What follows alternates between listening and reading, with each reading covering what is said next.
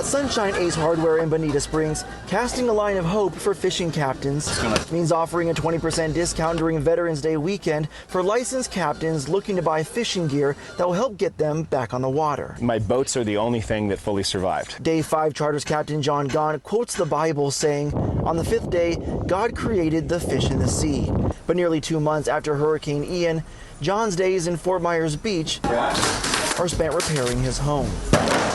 If we think about even tomorrow, it gets overwhelming. Overwhelming thoughts captured on John's phone as storm surge from Ian rushed past his home, along with moments of hope after the storm had passed. When we saw the first boat, the Exodus, still on the floating dock at the marina at Fishtail Marina, my wife and I started weeping. And here at Fishtail Marina, which is just up the street from John's house, this is actually where Day 5 Charters would keep all of their boats. Just by looking at their sign, you can see they're about in the same boat as John is. So while John says he's figuring things out at his house and the marina's handling things down here, he said he wanted to take that time to give back to the community that's allowed them to stay in Fort Myers Beach all these years. My brother and I were giving those away, to run the free charters or the free, ferry rides back and forth to Sanibel. We literally told people we don't need a dime. Since then, the Sanibel Bridge has reopened, but business for Day 5 Charters is temporarily shut down as both of John's boats are being repaired over the holiday weekend. A Veterans Day weekend is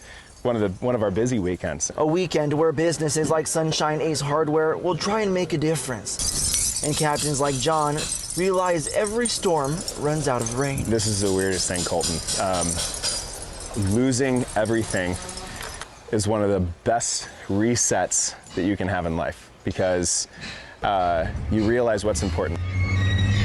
Reporting in Fort Myers Beach, Colton Chavez, Fox 4.